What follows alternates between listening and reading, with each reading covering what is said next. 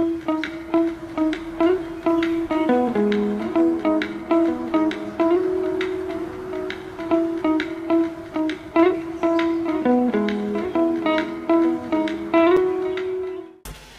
Friends, good morning.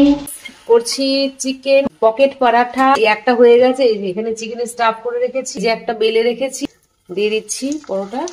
প্রথমে পুরটা কিভাবে দিতে হবে সেটা আমি দেখিয়ে দিচ্ছি। এই দেখো, একটা রুটির মতো বেলে নিয়ে তার মাঝখানে পুরটা দিয়ে দিলাম। মানে চিকেনটাকে আমি নুন, হলুদ, পেঁয়াজ, কাঁচা লঙ্কা দিয়ে একটা পুর বানিয়েছি ভেজে, সেটাকে এইভাবে দিয়ে 4 সাইড ফোল্ড করে দিলাম, দিয়ে এটাকে ভালো করে বেলে নেব। দেখো এরকম ভাবে সুন্দর করে বেলে নিলাম। এবারে ফ্রাই করে নেবো।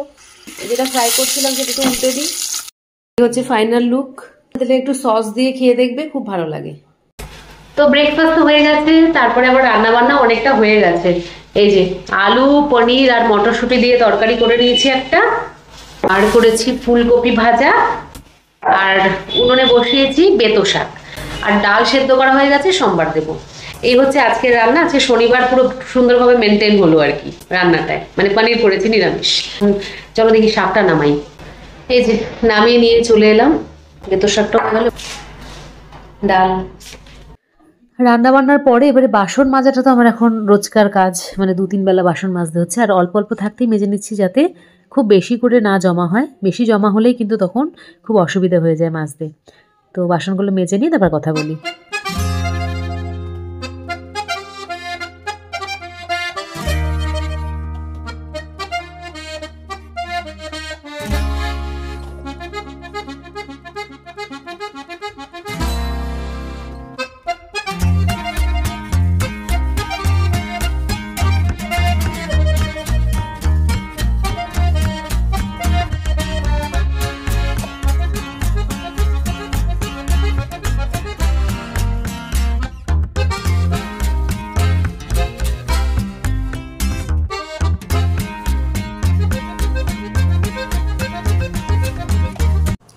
যাই হোক, রান্নাঘর পরিষ্কার করে বাসন টাসন মেজে এই যে স্নান করে নিলাম। স্নান করতে করতে বেলা একেবারে পড়ে যায় দেখো।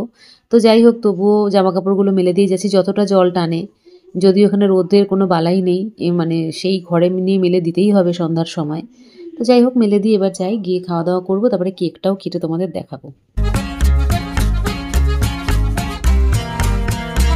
কাল যে কেকটা বানিয়েছিলাম এখনও কিন্তু কাটা হয়নি, তো এখন কাটবো।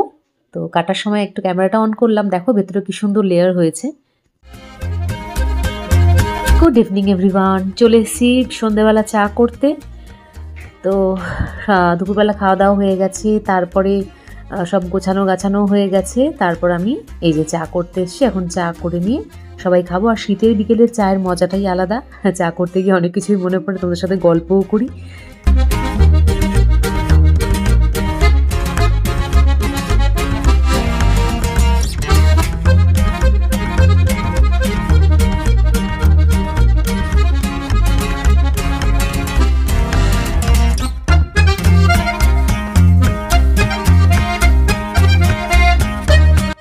সকালের একটা চিকেন পকেট পরোটা ছিল, ওটা দিয়ে এখন চা খাবো, আর তার সাথে কেকও সবাইকে দেবো।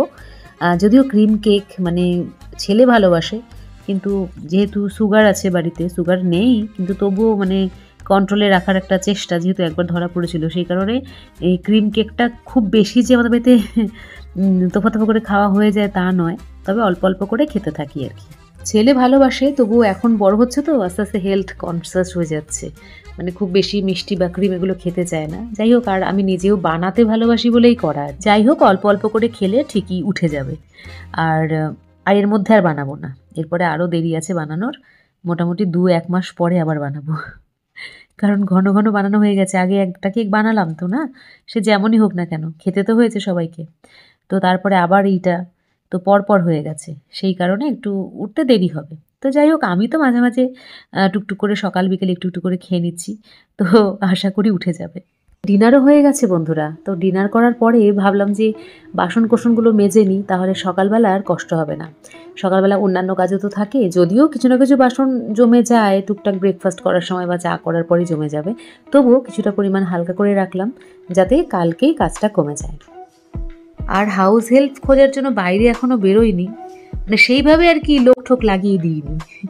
ওই ঘরে বসে কি আর লোক পাওয়া যায় বলো? যাই হোক, বলে রেখেছি দু একজনকে, যদি এসে যায় ভালো। আর এবারে ভেবেছি বাসন মাজার লোক, ঘর মোছার লোক, প্লাস তার সাথে সাথে রান্নার লোকও রাখবো। কারণ একবারে সমস্ত কাজ করে কিন্তু সব কিছু করা যায় না, চালানো যায় না। যেমন ধরো আমার ব্লগও আছে, তাছাড়া স্কুল রয়েছে। এছাড়া স্কুলে কিন্তু অনেক কাজ থাকে, পিডিএফ কিছু বানানো থাকে, নোটস বানানো থাকে, কোয়েশ্চেন করা থাকে। সেইগুলোর জন্য আলাদা করে সময় দিতে পারা যায় না যদি ঘরের কাজ ইনভলভ বেশি হয়ে যায়। এত বছর তো ঘরের কাজ করলাম, তাই না? 22টা বছর ধরে ঘরের কাজ করলাম। এবার নয় ঘরের কাজে একটু বিরতি নিয়ে যে কাজগুলো ভালো লাগে সেগুলোতে মন দেব। কি বন্ধুরা, তোমাদের মতে কি বলে? আমি কি ঠিক ডিসিশন নেব? তো কথা বলতে বলতেই রাত শেষ হয়ে সকাল হয়ে গেল। ঘুম থেকে উঠেই বেডে বসে টি খেলাম। তারপরে এইবারে বিছানাপত্রগুলো গোছগাছ করে নেব, তারপরে নিচে যাব।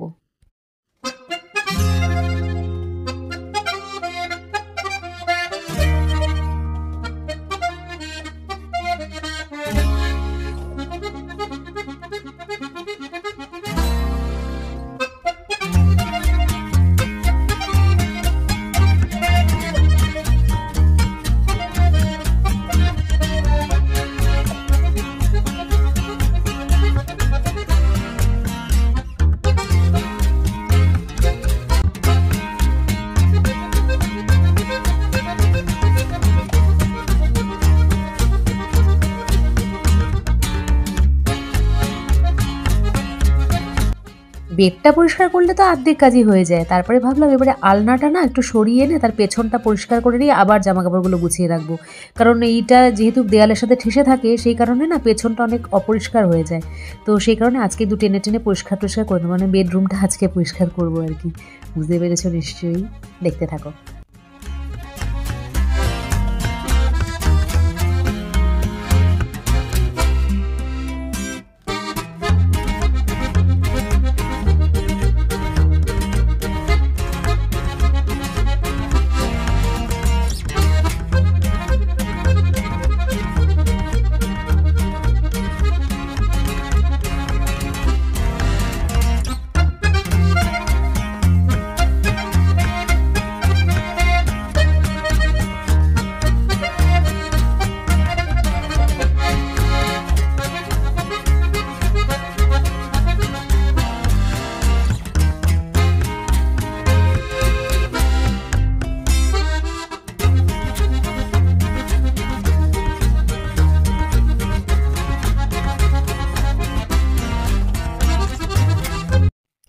আলনাটা টেনে টুনে পেছনটা পরিষ্কার করে আবার যথাস্থানে রাখলাম। ভেবেছিলাম অন্য জায়গায় রাখবো, কিন্তু দেখলাম এই দিকে ঘুরিয়ে রাখলে না বেডের দিকে আয়নাটা ঘোরানো হয়ে যাবে। ওই যে কিছু কিছু কুসংস্কার এমন মাথার মধ্যে ঢুকে গেছে, ওগুলো আর বেরোতেই চায় না।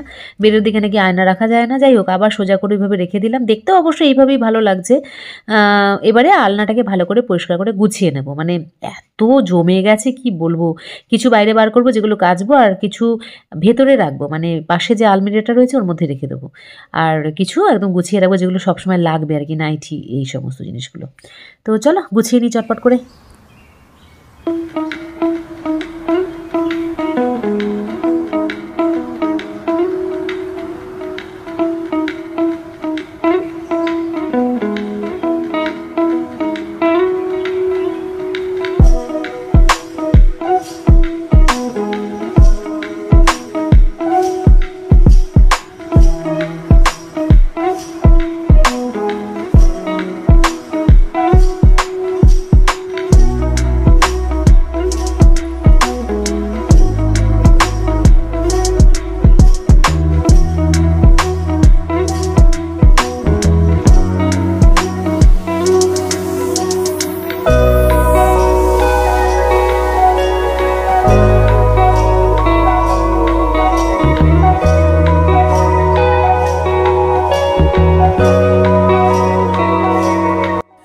তো বন্ধুরা, সানডের সকালে বেডরুমটা আমার একদম পরিষ্কার পরিচ্ছন্ন হয়ে গেল।